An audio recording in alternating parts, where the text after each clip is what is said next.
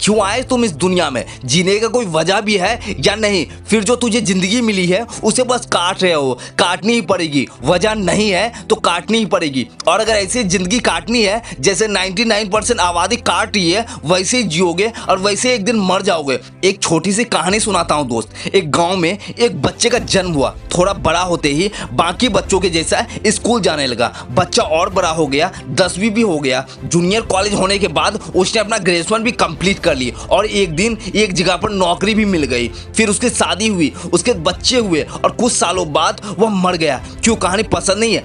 पसंद नहीं आई तो बदल दो, तुम्हारी खुद की तो कहानी है और कहानी बदलनी है तो सबसे पहले उस वजह को ढूंढो, उस मकसद को ढूंढो जिसके लिए तुम ऊपर वाले ने तुझे इस दुनिया में भेजा है। क्योंकि जब तक वो वजह पता नहीं होगी तब तक मोटिवेशन नहीं मिलेगा। इसलिए मोटिवेशन वीडियो देखकर लोग बोलते हैं कि भाई मोटिवेशन ज़्यादा देर तक नहीं रहता। अरे रहेगा भी कैसे जब तक मोटिवेशन रहने की कोई वजह नहीं मिलेगा, तो वह तो हवा होगी ही ना। और जब कोई मकसद मिलेगा, कोई वजह मिलेगा तो तुम्हें पता होगी तुम्हें करना क्या है, तुम्हारा सपना क्या है, और तब तुम्हारा वही मकसद तुम्हें कामयाबी की तरफ खींचेगा। और मकसद ही वो चीज है जिसके वजह से हम देखते हैं एक साथ ही पढ़ने वाला दो दोस्त एक कामयाबी के झंडे गाड़कर सबकी फाड़ देता है और दूसरा जिंदगी भर रोता रहता है। यहाँ पर एक कहानी आपको बताना चाहूंगा। एक गांव में दो भाई रहते थे। उनके पिता की आदत थी कि वो बहुत ज्यादा शराब पीते थे और घर आकर मारपीट करते थे। दोनों बच्चों को सेम ट्रीटमेंट मिलती थी। फिर भी कुछ सालों बाद एक बच्चा IAS ऑफिसर बन गया और दूसरा अपने बाप के जैसा ही शराबी बन गया।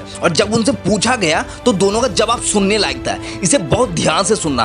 पहले उस शराबी से पूछा गया कि आप शराबी कैसे बने, तो उसका जवाब था कि इसकी वजह मेरे पिताजी है, वह हर रोज शराब पीकर हमें मारते थे, उनकी वजह से हमको ये आदत लग गई। और जब उसके भाई से पूछा गया जो IAS ऑफिसर बना तो उसने ऐसा जवाब दिया कि आज मैं जो कुछ भी हूँ उसके वजह मेरे पिताजी है, वो हर रोज शराब पीकर हमें मारते थे जिसकी वजह से मैं अंदर ही अंदर मरता था कि मेरी माँ ने जो दिन देखा है और सहा है वो अब नहीं होगा। और तभी हमने डिसाइड किया कि इस सबसे बाहर निकलूंगा और कुछ बड़ा करके दिखाऊंगा, दुनिया को भी दिखाऊंगा यह बंदा चीज क्या है और वापस ये दिन देखना ना पड़े। और इसी वजह ने हमें इस मुकाम तक पहुंचाया। दोस्तों आप लोग भी किसी ना किसी मुसीबत से गुजर रहे होंगे, पर उस मुसीबत को कभी भी वजह मत बनने देना अपने नाकामयाब होने का। उल्टा उस वजह को अपना मोटिवेशन बनाओ और कुछ ऐसा कर जाओ जिस मुसीबत से आज तुम गुजर रहे हो कुछ साल बाद वो अब तुम्हारे आसपास भी ना भटके। इस दुनिया में कमी नहीं है ऐसे लोगों के जिनके पास कोई वजह नहीं है, ना कोई मकसद है जीने की, वो बस भीड़ के साथ चल रहे हैं। ऐसे लोग बस वहीं पहुंचते हैं जहां भीड़ उसे लेकर जाती है। बड़ा सपना देखना कोई बड़ी बात नहीं है दोस्त,